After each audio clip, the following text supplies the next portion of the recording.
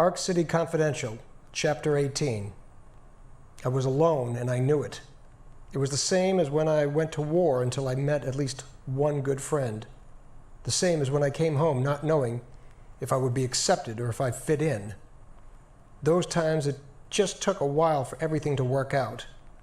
This was different. I'd always been leery of big money men like Childers or slimy politicians like Hallett. I'd seen enough of them as a kid.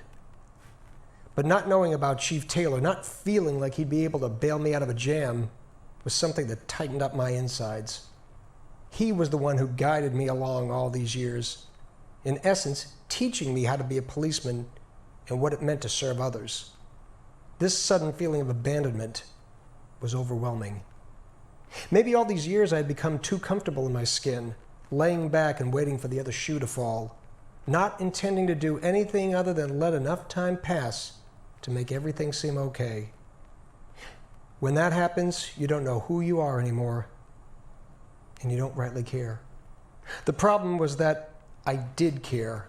People like Beth Handy and her dad, good guys like Big Ray and George, Mrs. McGuire. I cared about the people who would give you the shirt off their back and bring you soup if you were sick. It was nothing I had growing up, but now it meant something to me. It meant just about everything.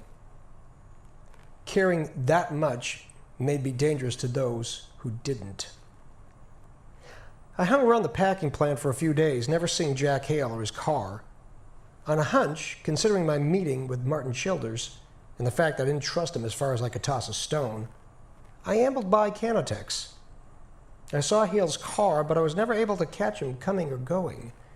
It was apparent he changed positions and was now associated in some fashion with Childers. At this point, I wasn't certain which of the two was more dangerous.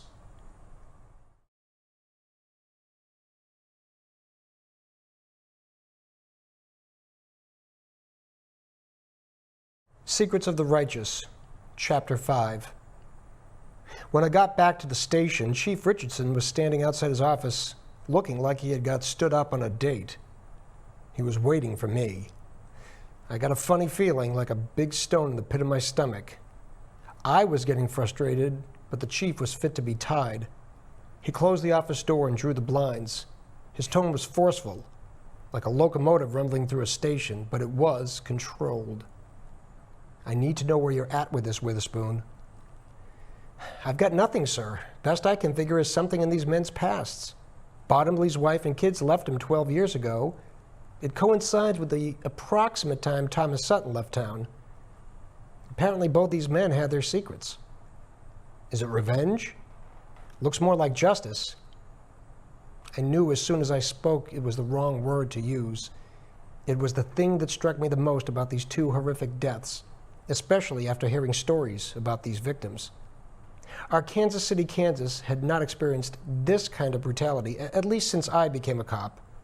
I didn't know much about madmen and lunatics, despite the brief lesson Dr. Brenz tried to give me. It just appeared like someone had tried these men in their own mind and felt this was a righteous punishment. We've got our own justice in this town, Officer Witherspoon. Maybe the chief was in agreement with me, but didn't find it proper to say so as clearly. If this does have something to do with their past, perhaps you better get up to Winfield and see what you can find out. The Cowley County Courthouse is where trials for major crimes would have taken place. Whatever records we had in the city would have been minimal: arrest records, citations. It was getting too late in the day to drive up. An early start would be more ideal.